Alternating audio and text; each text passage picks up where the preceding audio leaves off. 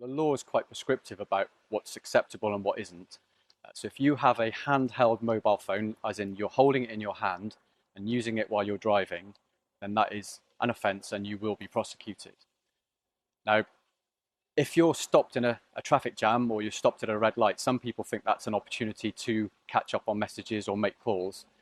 The law actually is quite prescriptive around that activity as well, and that is included in the offence. So stopping at a red light and using your phone still means that you commit the offence. The only safe way to make a call when you're behind the wheel is to stop in a safe place, turn your engine off, engage your handbrake and make your call.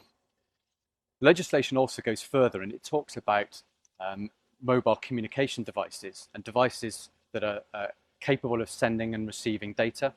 So if, for example, in your car you had your iPad attached to the air vents in your car on a cradle, and you were interacting with that device, you were accessing it, sending information or messages while driving, then that is also an offence. And again, you're also liable to be prosecuted if you were to drive in that way.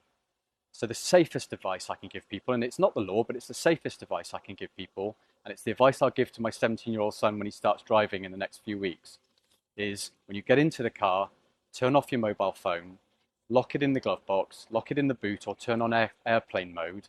And that way you can absolutely guarantee you're not going to be distracted and all of your attention will be on driving, keeping you safe and keeping other road users safe. The law doesn't prohibit the use of a mobile phone in a cradle. So mobile phone in a cradle or a hands-free car device or Bluetooth device are permitted by law.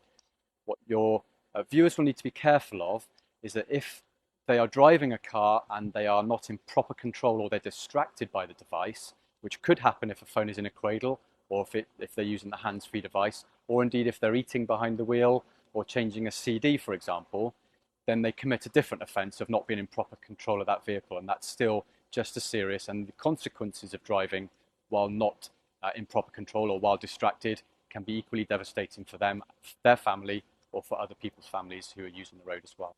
There's definitely a propensity for people to want to use their mobile phone when they're driving, and we see people using their phones when they're driving while we're out on patrol. Anybody that's seen by a police officer using their mobile phone while they're driving is going to be stopped and will be prosecuted. There's no doubt about that. Some of the examples where I've seen people driving using their phones, I drive an X5 marked police vehicle, and you can imagine it's very visible.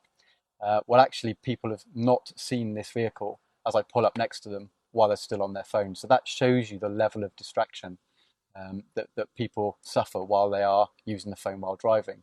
And of course, those people are prosecuted, end up with points on their license and having to pay a fine.